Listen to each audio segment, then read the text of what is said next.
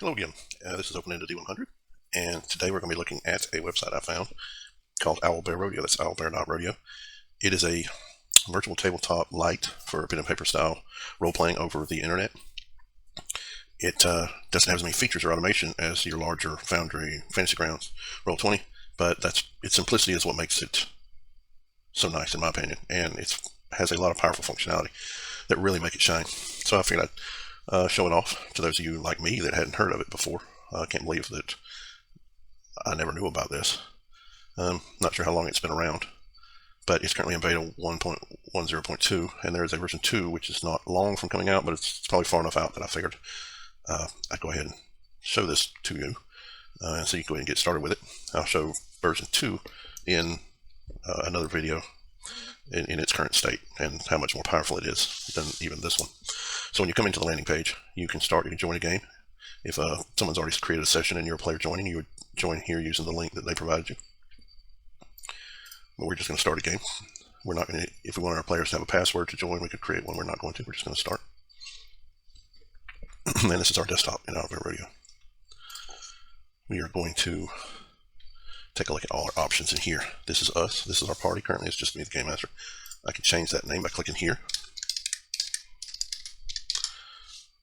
And now I have my name. I can invite other players and name them, send them this link, and they can join through the landing page. We have audio sharing, which is experimental. You can use Discord, Skype, any other chat program while you're using this environment. I'm not sure how well this experimental version works yet. We have a countdown timer, and we have our options in here. So we're going to change token label size. I'll show that in a second. We're also going to turn down snapping sensitivity. I'll show you why in a minute. The core options you have are over on the right. These are the tokens that come with by default. They're very generic. Your archer and assassin and such. This is how you would add your maps. These are the ones that come by default. Okay. And place it down. And then you can place your tokens, drag them over onto the map. The current grid size is set to 5. Don't believe that's adjusted in here. In version 2, I know you can adjust the grid size. Currently, the default's to 5 feet. And you can see that by the size of the token here. When you click to scale up, this covers 35 feet. This is 5 feet, which is the width of the current cells in the default maps.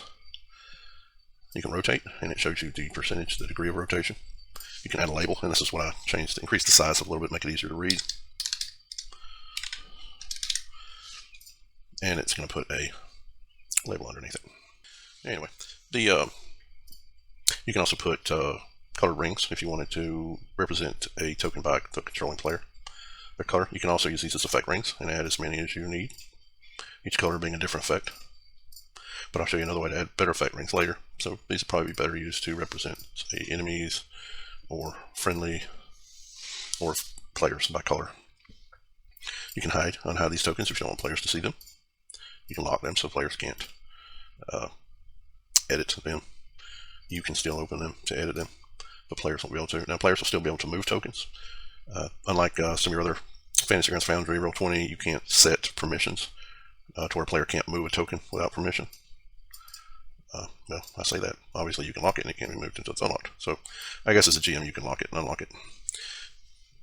But the Owlbear Rodeo is intended to be more like a tabletop environment with miniatures, and your social standards for your party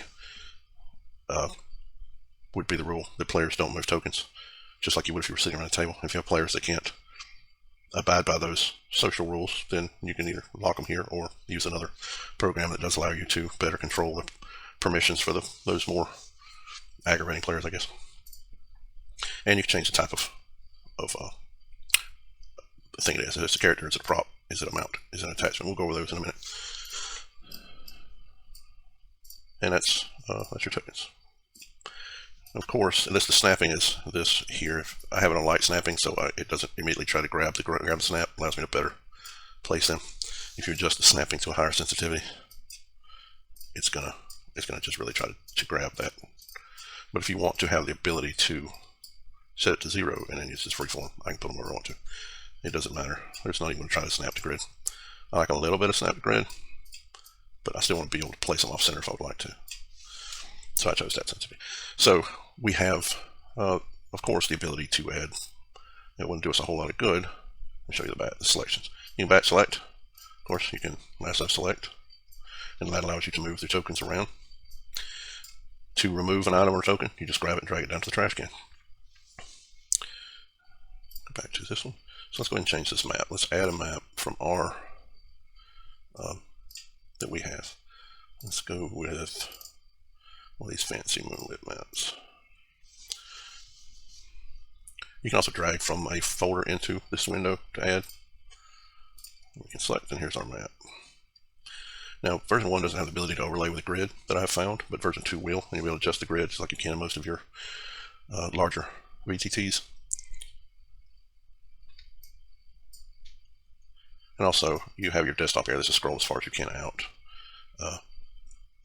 So you can have your larger maps. In version 2, this area, the scroll area, will be unlimited, and maps won't be a single element like here where you can only add one at a time. They'll be draggable objects themselves, so you'll be able to drop a map in, set its parameters, move it aside, and your whole desktop can be full of maps that you can move to, which will be really nice. So if you had a multi-story, it'll have more layer capability. So if you had a multi-story structure, you can have level 1 and then move it aside, and underneath it would be level 2 or the basement. But that's in the second version of the beta. So we can add our tokens here and scale them up depending on how we want to. It still has what it believes is a grid here, I believe, but it's not.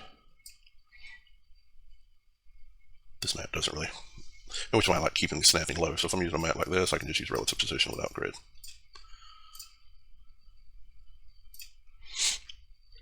We can also add tokens. Of course, it would be much good if you couldn't. In order to actually bring one in, I would have to drag it. All right, well, let's create a token here. So let's go to my tokens. Let's grab Jasa. And if you're not familiar with Jasa, she's from the role-playing stories on here on my channel. Whoa, what is this new place? She's created in Hero Forge. There's a video on her creation as well. My old nemesis, the GM, is up to something. She was created in Hero Forge and I made better into pay close attention. And just like anything else, it can be scaled and labeled. So tokens are fairly easy to add. You can also add in elemental effects or props. Let's see if I can find some props.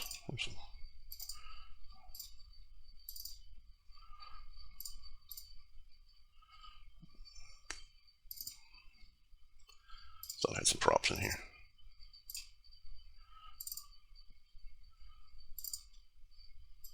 Okay, here's some props. Let's go ahead and batch select some props. Let's add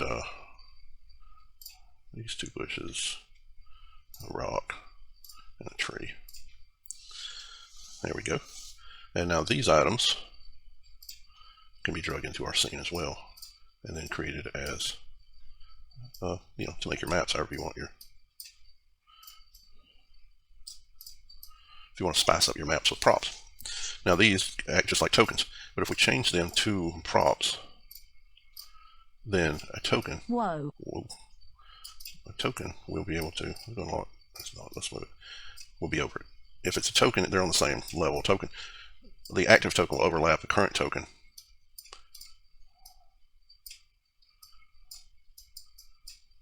But it will not overlap a prop. If we change this back to a token, then it will act in the same manner and it will overlap. So if you wanted a character to hide behind a rock, you would need to quickly change it into a prop. Or a character, I should say. But the props are going to act. They're going to layer behind your character.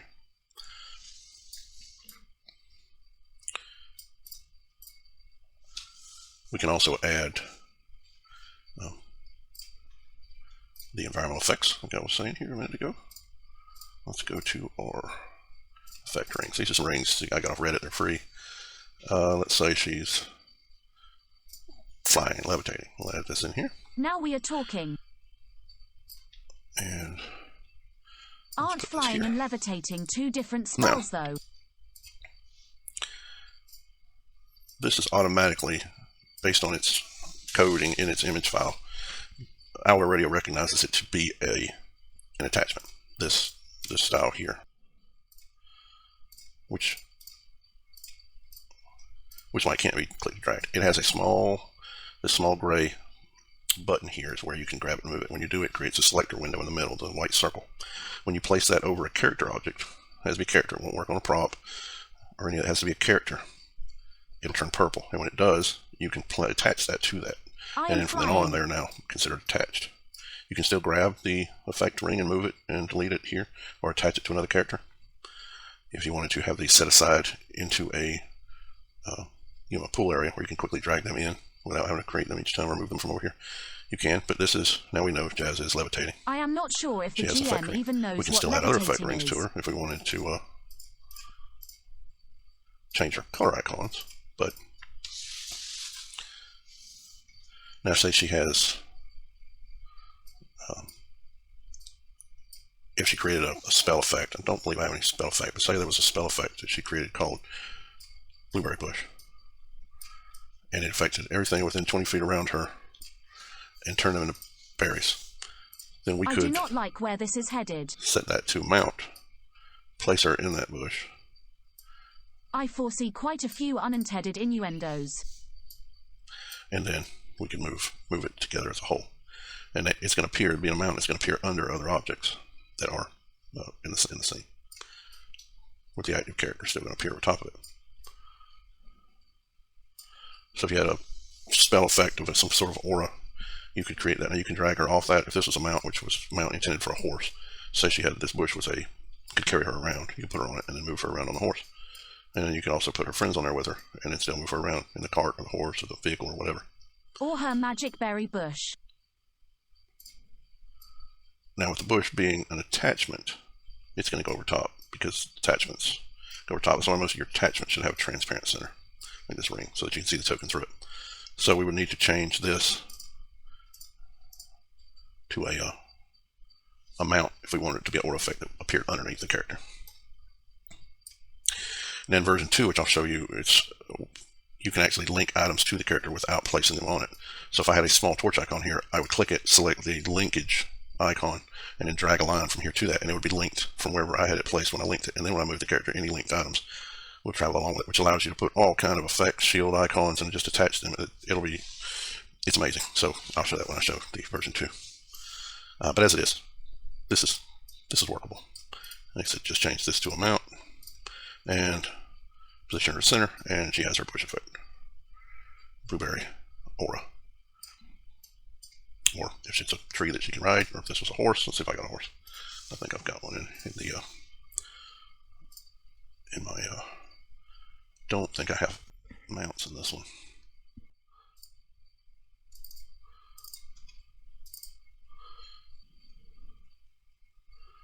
There, we'll use a bronze dragon. Jasa has a history with dragons. He is referring to Asperica levantria dermastica, the daughter of Dermavantrica vargastica, the winged terror. She is my friend.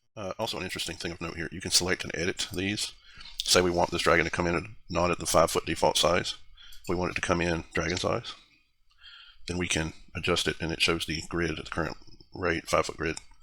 Save that. Now when we bring this dragon in, token in, it will be the size. And obviously it does think these are 5-foot grids based on scale of the map, but because we bring a radar token in, and I guess that's 5 times bigger because of its wings. So we can take Jasa, we'll call the dragon a mount, and now we can place Jasa on her dragon mount, and I could get used she can fly to wherever this. she needs to fly.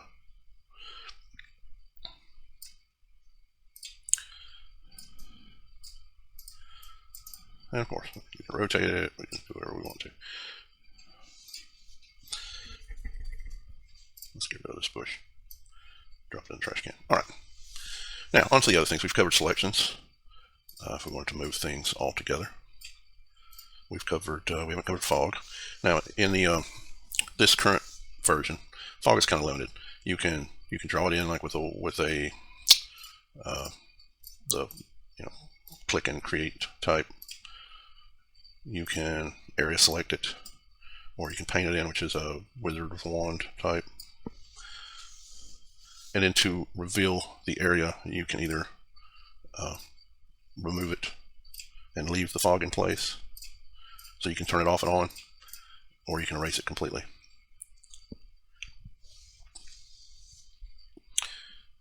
These allow you to change how these operate when you stack fogs on top of fogs, how it layers. I'm not going to get into that and play around with that on your own. So in the current version, if you had a structure or a dungeon and you wanted to, let's go ahead and add in another map here real quick.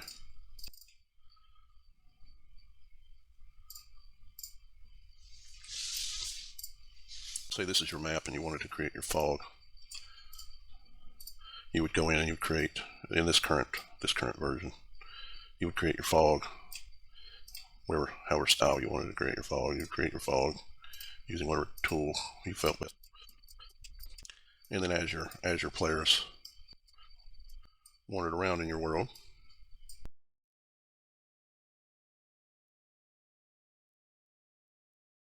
this is what the player will see.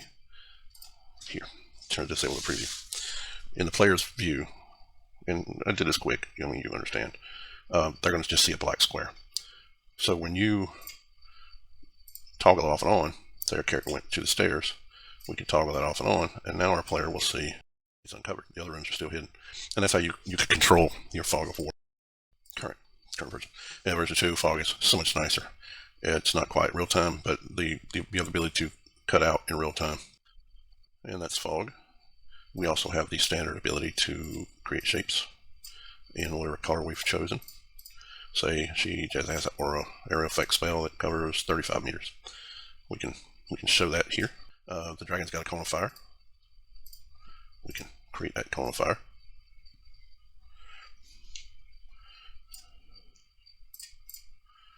We can paint it on as well. You can use lines in your colors, of course. Standard drawing. And you can erase individually, erase all. This allows you to stop your colors from blending into one another. Here, we can stop that. It takes away that transparency. And then we can stop shape filling, which just allows you to have the ring itself and not the filling of it. So let's go ahead and erase all that trash. And along with that, you also have your ruler. So if you're looking for what's 35 feet, well, it's out here to the edge of the window. So then you can grab your area effect and all the way to the edge of the window, and there's your area effect for that spell. In version 1, these are not considered objects, so you can't attach them or move them. In version 2, they are, which means you can create this area effect and you can attach it, and you can make it visible and invisible, and you can move it around. Really nice. But like I said, this is version 1, so you can't. Let's go ahead and erase these. Selection tool. The next one is your pointer. This allows you to point to things on the you can't see it because we're not player view, but if the GM has the pointer activated, the player will see a concentric set of rings of the color you've chosen in the area that you double click to show where you're clicking at. And last, we have the notes, and notes are very handy. They can be scaled whatever size you want them. They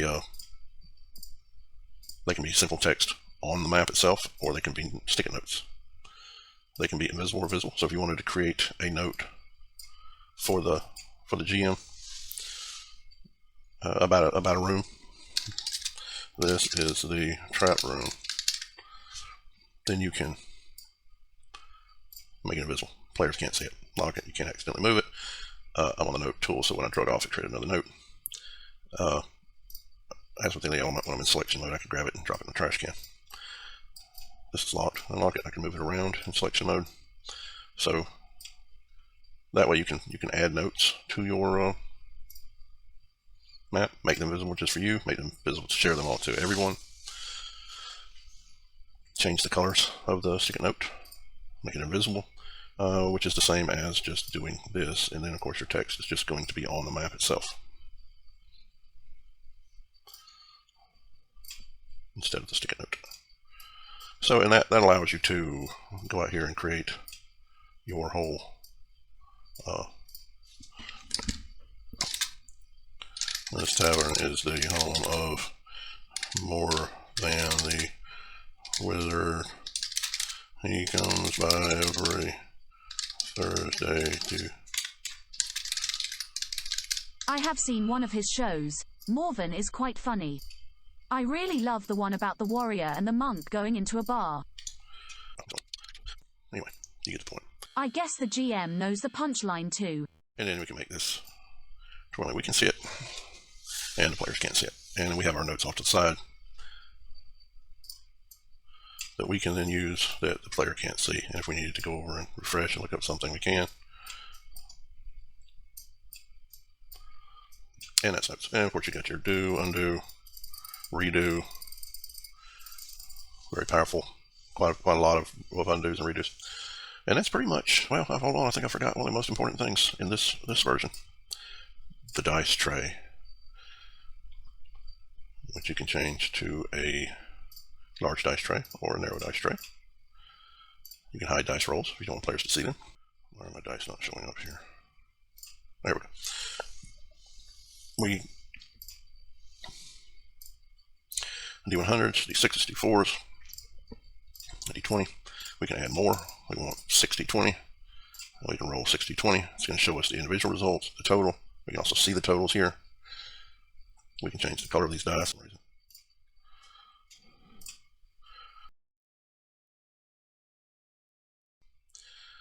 There we go. We can add dice. So we have a D20 and a D6 and a D4 for damage. And we can roll these. And that'll give us our 8, 6, and 2. So, very handy dice roller built in. Version 2 will come with a like a plug-in style where people can create more dice and functionality and that sort of thing, which should be really nice. Alrighty, well that's the end of this overview of Owlbear Rodeo. If you've got something out of it, and try it out. It looks like it's going to be something that's going to be really powerful and fun to use for pen and paper style tabletop role playing over the internet. Once again, it's open into D100, and I'll see you in the next video.